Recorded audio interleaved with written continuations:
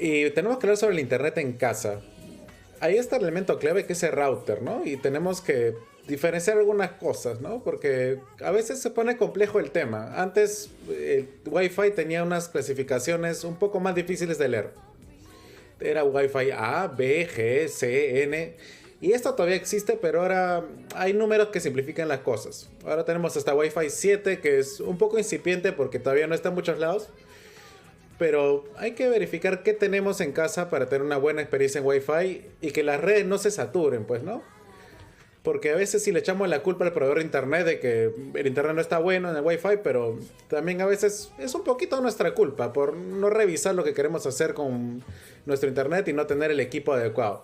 Y sí, pues a veces es necesario invertir un poquito más. Especialmente si tenemos el internet para chambear. Así que por favor.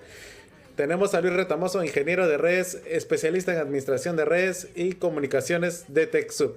Muy buenos días, Luis. Estás desde Lima, así que nos acompañas para contarnos un poco más sobre Wi-Fi y tener una buena experiencia, porque eso es lo que se trata. Alberto, muy buenos días, muchas gracias. Sí, mira, a principios del 2024 se ha registrado en Perú más de 25 millones de usuarios conectados a Internet. Esto representa un 76% de la población. Y si hablamos a nivel de hogares, tanto en rural como urbano, representa un 58%. Y en cuanto a, por ejemplo, las necesidades que hay de cuidar, mantener, darle un tiempo mayor de vida al router, pues es importantísimo, ¿no? Sí, sí. Y pasa mucho que tenemos años la misma conexión, tenemos el router de la compañía de internet, que a veces no es el mejor para usos intensivos, ¿no? Eso hay que reconocerlo. ¿Y cómo hacemos para diferenciar y decir, oye, tal vez tengo que invertir en un router de otra marca y que realmente es fácil de instalar, ¿no? Porque usualmente se conecta desde el router de la compañía hasta el nuevo router. Muy bien.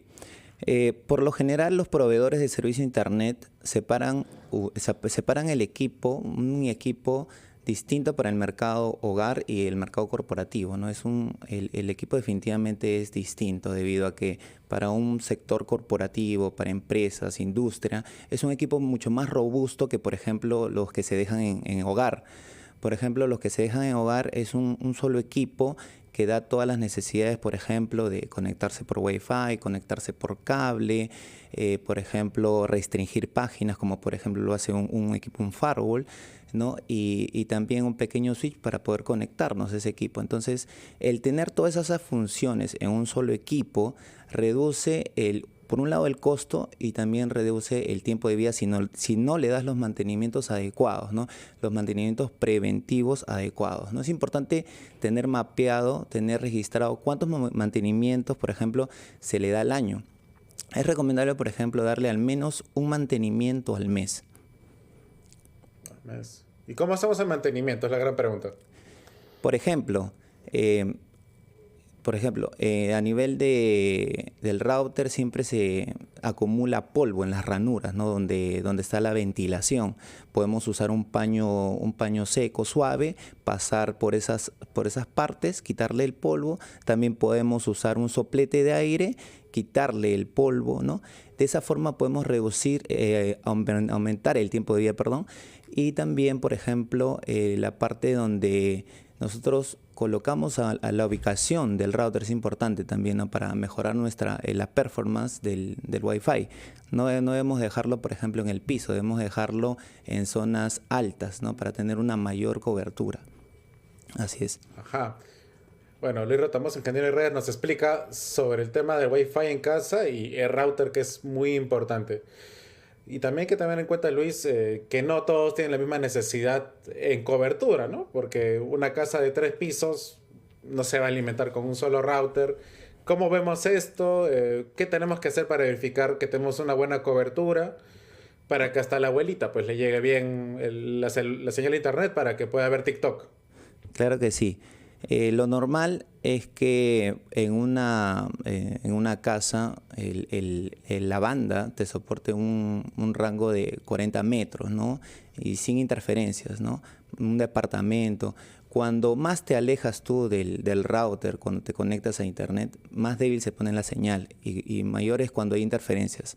Es por eso que lo recomendable es usar, por ejemplo, o tener en casa repetidores Wi-Fi. Lo que hace un repetidor Wi-Fi es aumentar la potencia, repetir esa señal y aumentarla, de tal manera que, por ejemplo, uno puede estar en el cuarto y el router puede estar en la sala y tener una experiencia buena en internet.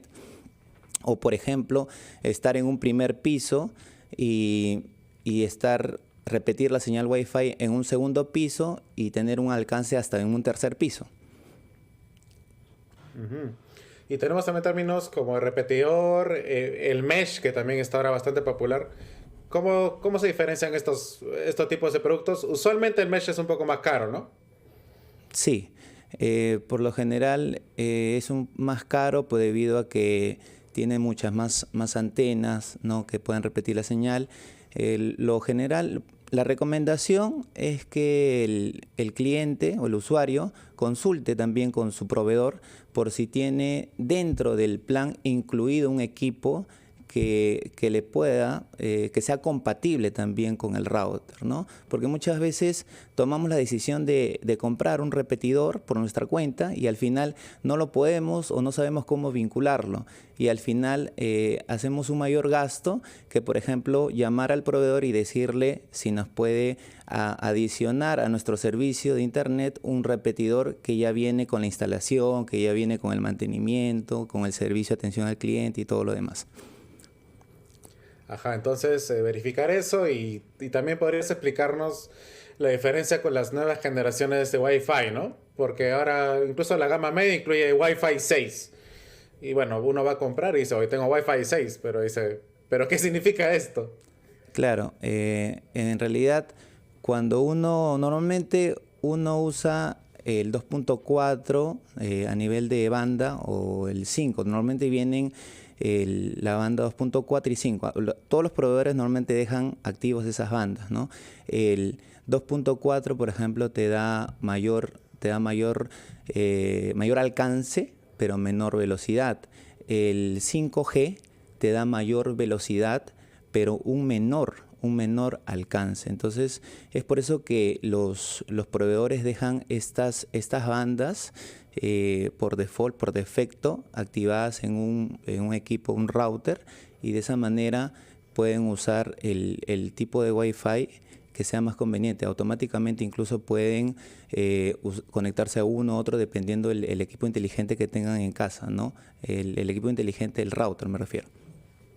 Claro, porque los routers, digamos, hace 5 años tenían dos redes, ¿no? La 2.4 y la 5G, y hay que aclarar que son 5 GHz. No tiene que ver nada con el 5G móvil. Entonces, usualmente es recomendable, entonces, si tenemos equipos que tienen poco consumo y que queremos que tengan cobertura, especialmente ahora que tenemos domótica, ¿no? Dispositivos en casa, pequeños, IoT, Claro que vayan al sí. 2.4 y lo que tiene prioridad, que se conecte al 5 GHz, el llamado 5G dentro de casa. Así es, tener en cuenta que no todos los equipos se pueden conectar a la frecuencia 5 GHz. No hay una determinada cantidad de equipos, o sea, tendrías que verificar ahí si el equipo es compatible con esa frecuencia, ¿no? Y bueno, mencionabas el tiempo que tiene un router. Normal es que si el router comienza a presentar fallas, ¿ya? Y si por ahí no se soluciona con reiniciar el equipo, cuando digo reiniciar, es un simple desenchufar y volver a enchufar. Ese es un reinicio, ¿no? Y de lo que, por ejemplo, la memoria, a nivel de memoria se había saturado o a nivel de una actualización del sistema, con el reinicio se soluciona todo ello, ¿no? Pero si aún así, con el tiempo, no se soluciona con un reinicio, llamar al proveedor y solicitar un cambio de equipo, ¿no? Correcto, y en serio, ¿no? A veces suena un poco, no sé, repetitivo, pero en serio a veces la solución es prender y apagar el equipo. Así es, desenchufar, enchufar y nos evitamos de estar esperando que el proveedor nos conteste. ¿Y qué me puedes comentar sobre estos trucos, ¿no? Que vemos en TikTok? Aumentar el router, poner una lata alrededor del router.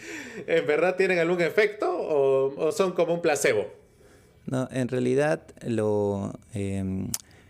es importante de primera mano tener un consejo de un profesional, ¿no? En redes. Por ejemplo, en TechSoup, en la carrera de Administración de Redes y Comunicaciones, tenemos a los profesionales que están capacitados en configurar, administrar, por ejemplo, routers a nivel empresarial y se da todos los conocimientos, las normas, las buenas prácticas que un router va a soportar y cómo va a mejorar su eficiencia, ¿no? En realidad se debe trabajar con las mejores prácticas y no con, digamos, tengo entendido que si queremos mejorar la señal de internet, tenemos que usar un repetidor o cambiar el equipo a un mejor equipo de mejor gama o también aumentar el ancho de banda con el proveedor, ¿no? Así es. Correcto, entonces muchas gracias a nuestro invitado Luis Retamoso, ingeniero de redes, especialista en administración de redes y comunicaciones de TechSoup. Así que ya lo saben, a veces hay que llamar al proveedor. O sea, está bien discutir, pero no vayamos a pelear de frente al centro de servicio. Hay que ver qué está pasando. Y también hay límites físicos. Las interferencias son las paredes en muchos casos. Entonces puede ser un repetidor, una red mesh y demás tipos de soluciones para tener un mejor internet en casa. Ya volvemos en familia.com con el tema de los videojuegos en casa. Cómo elegir uno que sea bueno para toda la familia.